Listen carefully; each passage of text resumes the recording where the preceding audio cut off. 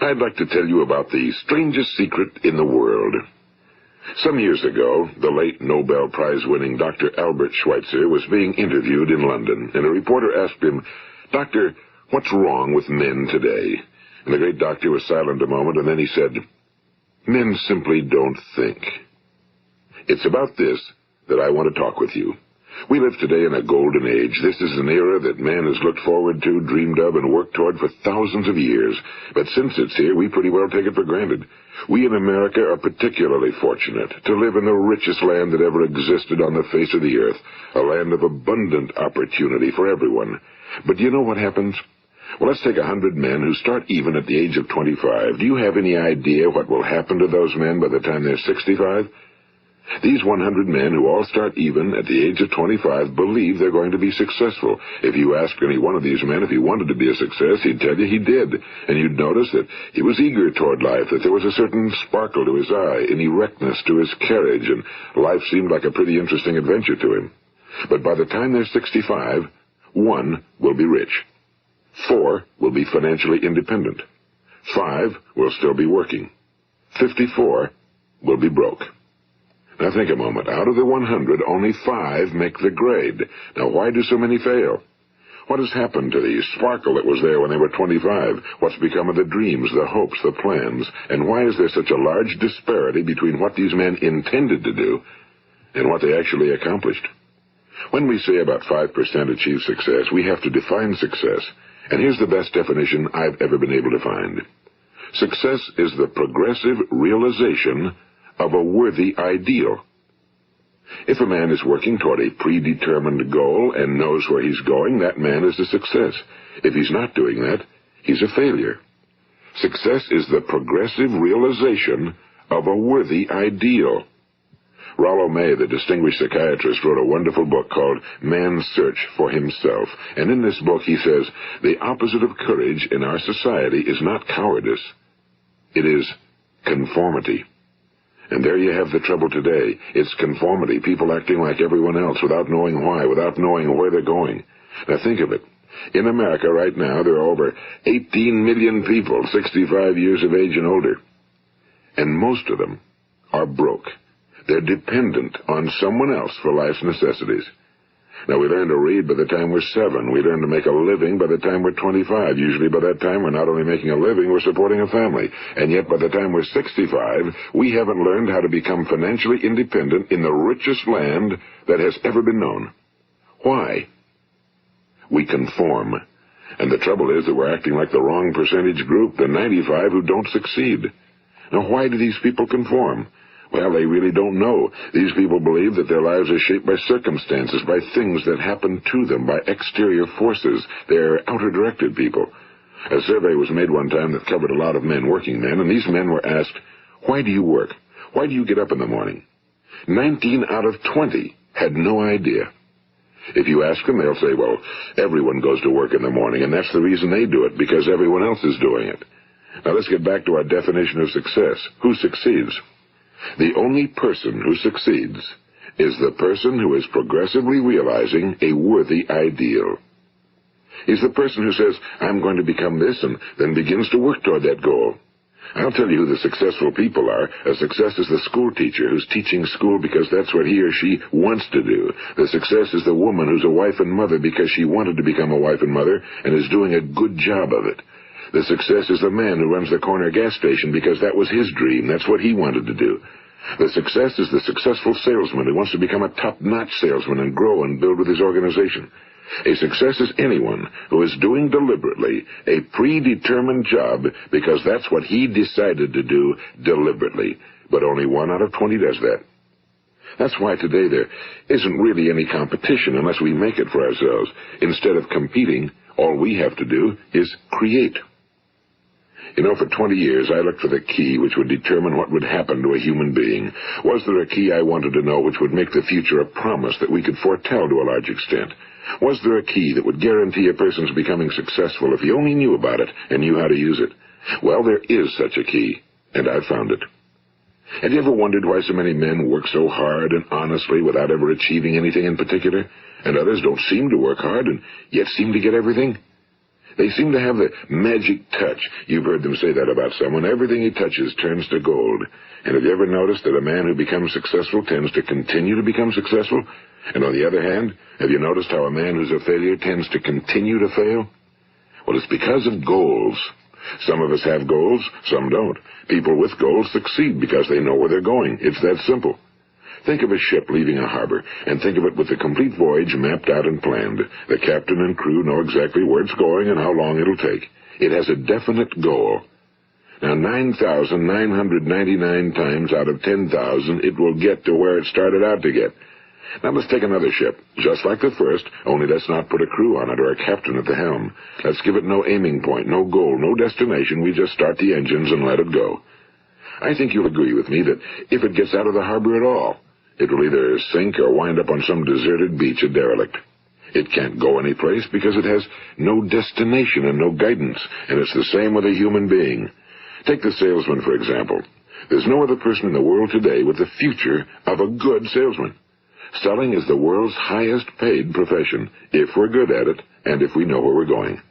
Every company needs top-notch salesmen, and they reward those men. The sky's the limit for them. But how many can you find? Someone once said the human race is fixed, not to prevent the strong from winning, but to prevent the weak from losing. The American economy today can be likened to a convoy in time of war. The entire economy is slowed down to protect its weakest link, just as the convoy had to go at the speed that would permit its slowest vessel to remain in formation.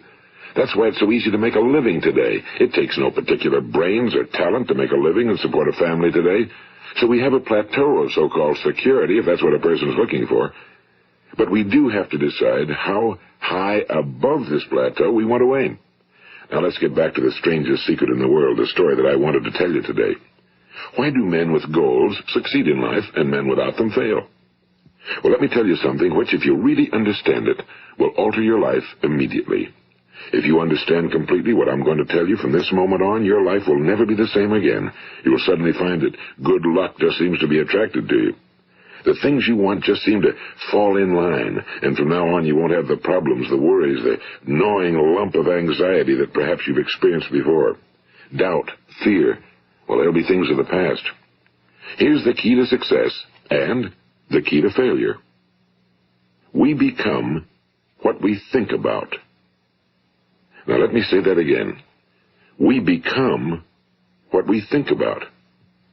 Throughout all history, the great wise men and teachers, philosophers and prophets have disagreed with one another on many different things. It's only on this one point that they are in complete and unanimous agreement. Listen to what Marcus Aurelius, the great Roman emperor, said. A man's life is what his thoughts make of it. Disraeli said this, everything comes if a man will only wait. I've brought myself by long meditation to the conviction that a human being with a settled purpose must accomplish it, and that nothing can resist a will that will stake even existence for its fulfillment. Ralph Waldo Emerson said this, a man is what he thinks about all day long. William James said, the greatest discovery of my generation is that human beings can alter their lives by altering their attitudes of mind. And he also said, we need only in cold blood act as if the thing in question were real, and it will become infallibly real by growing into such a connection with our life that it will become real. It will become so knit with habit and emotion that our interest in it will be those which characterize belief. And he also said, if you only care enough for a result, you will almost certainly attain it. If you wish to be rich, you will be rich. If you wish to be learned, you will be learned. If you wish to be good, you will be good.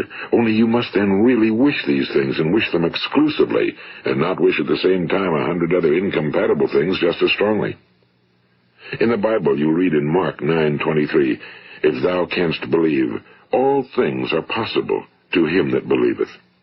My old friend Dr. Norman Vincent Peale put it this way, this is one of the greatest laws in the universe. Fervently do I wish I had discovered it as a very young man.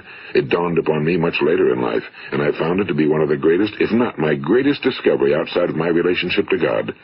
The great law, briefly and simply stated, is that if you think in negative terms, you will get negative results. If you think in positive terms, you will achieve positive results. That is the simple fact, he went on to say, which is at the basis of an astonishing law of prosperity and success. In 3 words, believe and succeed. William Shakespeare put it this way: our doubts are traitors and make us lose the good we oft might win by fearing to attempt. George Bernard Shaw said, people are always blaming their circumstances for what they are. I don't believe in circumstances. The people who get on in this world are the people who get up and look for the circumstances they want, and if they can't find them, make them. Well, it's pretty apparent, isn't it? And every person who discovered this for a while believed that he was the first one to work it out. We become what we think about. Now, it stands to reason that a person who's thinking about a concrete and worthwhile goal is going to reach it, because that's what he's thinking about, and we become what we think about. Conversely, the man who has no goal, who doesn't know where he's going, and whose thoughts must therefore be thoughts of confusion and anxiety and fear and worry, becomes what he thinks about. His life becomes one of frustration and fear and anxiety and worry. And if he thinks about nothing, he becomes nothing. Now, how does it work? Why do we become what we think about? Well, I'll tell you how it works as far as we know. Now, to do this, I want to tell you about a situation that parallels the human mind. Suppose a farmer has some land, and it's good fertile land. Now, the land gives the farmer a choice. He may plant in that land whatever he chooses. The land doesn't care. It's up to the farmer to make the decision. Now, remember, we're comparing the human mind with the land because the mind, like the land, doesn't care what you plant in it. It will return what you plant, but it doesn't care what you plant. Now, let's say that the farmer has 2 seeds in his hand. One is a seed of corn. The other is nightshade, a deadly poison. He digs 2 little holes in the earth, and he plants both seeds, one corn, the other nightshade. He covers up the holes, waters, and takes care of the land, and what will happen? Invariably, the land will return what's planted. As it's written in the Bible, as ye sow, so shall ye reap. Now remember, the land doesn't care. It'll return poison in just as wonderful abundance as it will corn. So up come the 2 plants, one corn, one poison. Now, the human mind is far more fertile, far more incredible and mysterious than the land, but it works the same way. It doesn't care what we plant. Success, failure. A concrete, worthwhile goal, or confusion. Misunderstanding, fear, anxiety, and so on. But what we plant, it must return to us. You see, the human mind is the last great unexplored continent on Earth. It contains riches beyond our wildest dreams. It will return anything we want to plant. Now, you might say, well, if that's true, why don't people use their minds more? Well, I think they figured out an answer to that one, too. Our mind comes as standard equipment at birth. It's free, and things that are given to us for nothing we place little value on. Things that we pay money for, we value. The paradox is that exactly the reverse is true. Everything that's really worthwhile in life came to us free. Our minds, our souls, our bodies, our hopes, our dreams, our ambitions, our intelligence, our love of family and children and friends and country, all these priceless possessions are free. But the things that cost us money are actually very cheap and can be replaced at any time. A good man can be completely wiped out and make another fortune. He can do that several times. Even if our home burns down, we can rebuild it. But the things we got for nothing, we can never replace. The human mind isn't used because we take it for granted. Familiarity breeds contempt. It can do any kind of job we assign to it, but generally speaking, we use it for little jobs instead of big, important ones. Universities have proved that most of us are operating on about 10% or less of our abilities. So decide now, what is it you want? Plant your goal in your mind. It's the most important decision you'll ever make in your entire life. What is it you want? Do you want to be an outstanding salesman? A better worker at your particular job? Do you want to go places in your company? In your community? Do you want to get rich? All you've got to do is plant that seed in your mind, care for it, work steadily toward your goal, and it will become a reality. It not only will, there's no way that it cannot. You see, that's a law, like the laws of Sir Isaac Newton, the laws of gravity. If you get on top of a building and jump off, you'll always go down. You'll never go up, and it's the same with all the other laws of nature. They always work. They're inflexible. Think about your goal in a relaxed, positive way. Picture yourself in your mind's eye as having already achieved this goal. See yourself doing the things you will be doing when you've reached your goal. Ours has been called the phenobarbital age, the age of ulcers and nervous breakdowns and tranquilizers, at a time when medical research has raised us to a new plateau of good health and longevity. Far too many of us worry ourselves into an early grave trying to cope with things in our own little personal ways without learning a few great laws that will take care of everything for us. These things we bring on ourselves through our habitual way of thinking. Every one of us is the sum total of his own thoughts. He is where he is because that's exactly where he really wants to be, whether he'll admit that or not. Each of us must live off the fruit of his thoughts in the future, because what you think today and tomorrow, next month and next year, will mold your life and determine your future. You're guided by your mind. I remember one time I was driving through eastern Arizona, and I saw one of those giant earth-moving machines roaring along the road at about 35 miles an hour with what looked like 30 tons of dirt in it. A tremendous, incredible machine, and there was a little man perched way up on top with the wheel in his hands guiding it. And as I drove along, I was struck by the similarity of that machine to the human mind. Just suppose you're sitting at the controls of such a vast source of energy. Are you going to sit back and fold your arms and let it run itself into a ditch? Or are you going to keep both hands firmly on the wheel and control and direct this power to a specific, worthwhile purpose? It's up to you. You're in the driver's seat. You see, the very law that gives us success is a two-edged sword. We must control our thinking. The same rule that can lead a man to a life of success, wealth, happiness, and all the things he ever dreamed of for himself and his family. That very same law can lead him into the gutter. It's all in how he uses it, for good or for bad. This is the strangest secret in the world.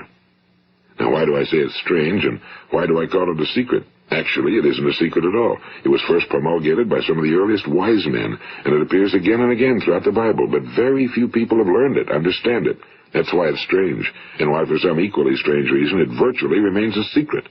I believe that you could go out and walk down the main street of your town and ask one man after another what the secret of success is, and you probably wouldn't run into one man in a month who could tell you. Now, this information is enormously valuable to us if we really understand it and apply it. It's valuable to us not only for our own lives, but the lives of those around us, our families, employees, associates, and friends. Life should be an exciting adventure. It should never be a bore.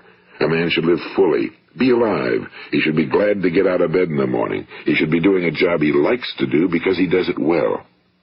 One time I heard Grove Patterson, the great late editor-in-chief of the Toledo Daily Blade, make a speech, and as he concluded his speech, he said something I've never forgotten. He said, "My years in the newspaper business have convinced me of several things. Among them, that people are basically good, and that we came from someplace, and we're going someplace. So we should make our time here an exciting adventure. The architect of the universe didn't build a stairway leading nowhere." And the greatest teacher of all, the carpenter from the plains of Galilee, gave us the secret time and time again. As ye believe, so shall it be done unto you. I've explained the strangest secret in the world and how it works. Now, on this side, I want to explain how you can prove to yourself the enormous returns possible in your own life by putting this secret to a practical test. I want you to make a test that will last 30 days. It isn't going to be easy, but if you'll give it a good try, it will completely change your life for the better.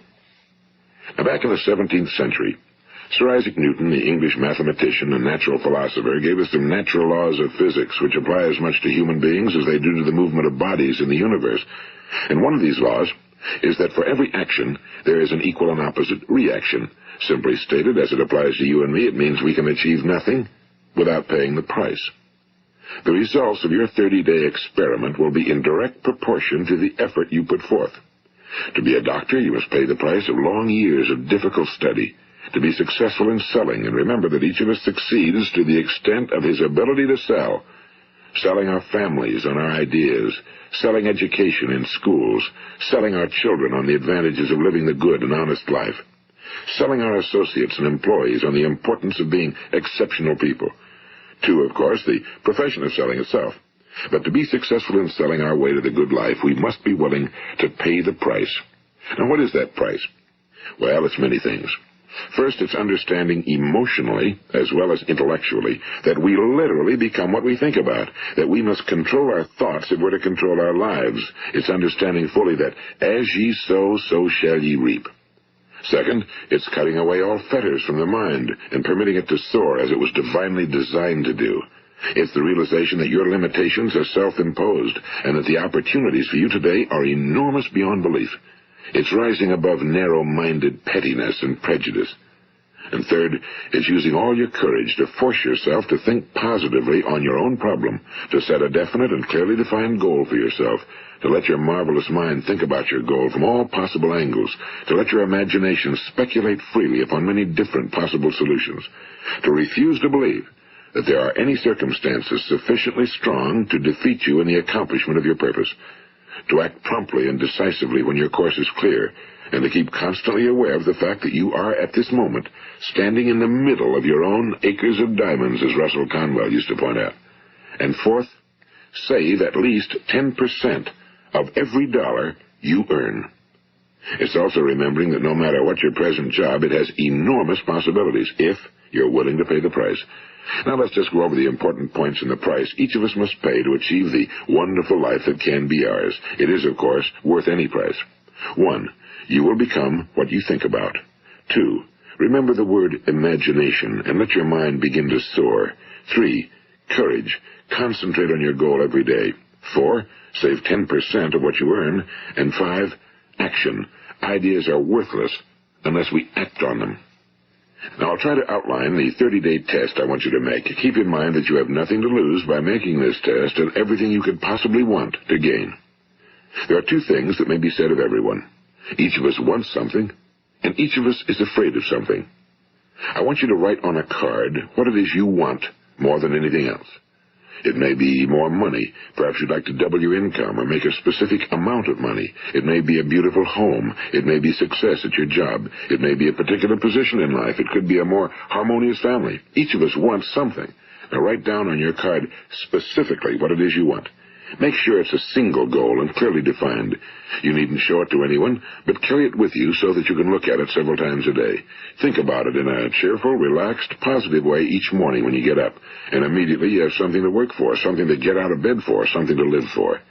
Look at it every chance you get during the day and just before going to bed at night.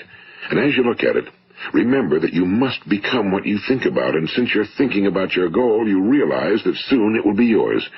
In fact, it's yours really the moment you write it down and begin to think about it. Look at the abundance all around you as you go about your daily business. You have as much right to this abundance as any other living creature. It's yours for the asking. Now we come to the difficult part. Difficult because it means the formation of what is probably a brand new habit, and new habits are not easily formed. Once formed, however, it will follow you for the rest of your life. Stop thinking about what it is you fear. Each time a fearful or negative thought comes into your consciousness, replace it with a mental picture of your positive and worthwhile goal. And there'll come times when you'll feel like giving up. It's easier for a human being to think negatively than positively. That's why only 5% are successful. You must begin now to place yourself in that group. For 30 days, you must take control of your mind. It will think about only what you permit it to think about. Each day for this 30-day test, do more than you have to do.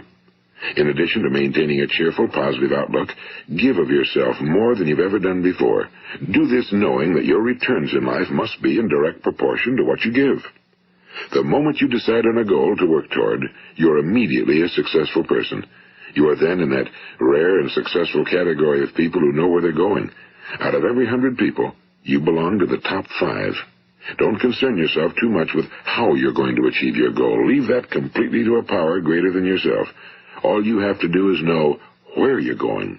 The answers will come to you of their own accord and at the right time. Remember these words from the Sermon on the Mount, and remember them well. Keep them constantly before you this month of your test. Ask, and it shall be given you. Seek, and ye shall find. Knock, and it shall be opened unto you. For every one that asketh receiveth, and he that seeketh findeth, and to him that knocketh it shall be opened. It's as marvelous and as simple as that. In fact, it's so simple that in our seemingly complicated world, it's difficult for an adult to understand that all he needs is a purpose and faith. For 30 days, Do your very best. If you're a salesman, go at it as you've never done before, not in a hectic fashion, but with the calm, cheerful assurance that time well spent will give you the abundance in return you deserve and want. If you're a homemaker, devote your 30-day test to completely giving of yourself without thinking about receiving anything in return, and you'll be amazed at the difference it makes in your life. No matter what your job, do it as you've never done it before for 30 days. And if you've kept your goal before you every day, you'll wonder and marvel at this new life you've found. Dorothea Brand, the outstanding editor and writer, discovered it for herself and tells about it in her fine book, Wake Up and Live. Her entire philosophy is reduced to the words, act as though it were impossible to fail. She made her own test with sincerity and faith, and her entire life was changed to one of overwhelming success. Now, you make your test for 30 full days. Don't start your test until you've made up your mind to stick with it. You see, by being persistent, you're demonstrating faith. Persistence is simply another word for faith. If you didn't have faith, you'd never persist. If you should fail during your first 30 days, by that I mean suddenly find yourself overwhelmed by negative thoughts, you've got to start over again from that point and go 30 more days. Gradually, your new habit will form until you find yourself one of that wonderful minority to whom virtually nothing is impossible. And don't forget the card. It's vitally important as you begin this new way of living. On one side of the card, write your goal, whatever it may be. On the other side, write the words we've quoted from the Sermon on the Mount. Ask, and it shall be given you. Seek, and ye shall find. Knock, and it shall be opened unto you. Nothing great was ever accomplished without inspiration. See that during these crucial first 30 days, your own inspiration is kept at a peak. And above all, don't worry. Worry brings fear, and fear is crippling. The only thing that can cause you to worry during your test is trying to do it all yourself. Know that all you have to do is hold your goal before you. Everything else will take care of itself. Remember also to keep calm and cheerful. Don't let petty things annoy you and get you off course. Now, since making this test is difficult, some will say, why should I bother? Well, look at the alternative. No one wants to be a failure. No one really wants to be a mediocre individual. No one wants a life constantly filled with worry and fear and frustration. Therefore, remember that you must reap that which you sow. If you sow negative thoughts, your life will be filled with negative things. If you sow positive thoughts, your life will be cheerful, successful, and positive. Now, gradually, you will have a tendency to forget what you've heard on this recording. Play it often. Keep reminding yourself of what you must do to form this new habit. Gather your whole family around at regular intervals and listen to what's been said here. You know, most men will tell you that they want to make money without understanding the law. The only people who make money work in a mint. The rest of us must earn money. This is what causes those who keep looking for something for nothing or a free ride to fail in life. The only way to earn money is by providing people with services or products which are needed and useful. We exchange our time and our product or service for the other man's money. Therefore, the law is that our financial return will be in direct proportion to our service. Now, success is not the result of making money. Making money is the result of success, and success is in direct proportion to our service. Most people have this law backwards. They believe that you're successful if you earn a lot of money. The truth is that you can only earn money after you're successful. It's like the story of the man who sat in front of the stove and said to it, "Give me heat, and then I'll add the wood." How many men and women do you know, or do you suppose there are today, who take the same attitude toward life? There are millions. We've got to put the fuel in before we can expect heat. Likewise, we've got to be of service first before we can expect money. Don't concern yourself with the money. Be of service. Build, work, dream, create. Do this, and you'll find there's no limit to the prosperity and abundance that will come to you. Prosperity, you know, is founded upon a law of mutual exchange. Any person who contributes to prosperity must prosper in turn himself. Sometimes the return will not come from those you serve, but it must come to you from someplace, because that's the law. For every action, there is an equal and opposite reaction. As you go daily through your 30-day test period, remember that your success will always be measured by the quality and quantity of service you render, and money is a yardstick for measuring this service. No man can get rich himself unless he enriches others. Now, there are no exceptions to a law. You can drive down any street in America and from your car estimate the service that's being rendered by the people living on that street. Had you ever thought of this yardstick before? It's interesting. Some, like ministers and priests and other devoted people, measure their returns in the realm of the spiritual, but again, their returns are equal to their service. Once this law is fully understood, any thinking person can tell his own fortune. If he wants more, he must be of more service to those from whom he receives his return.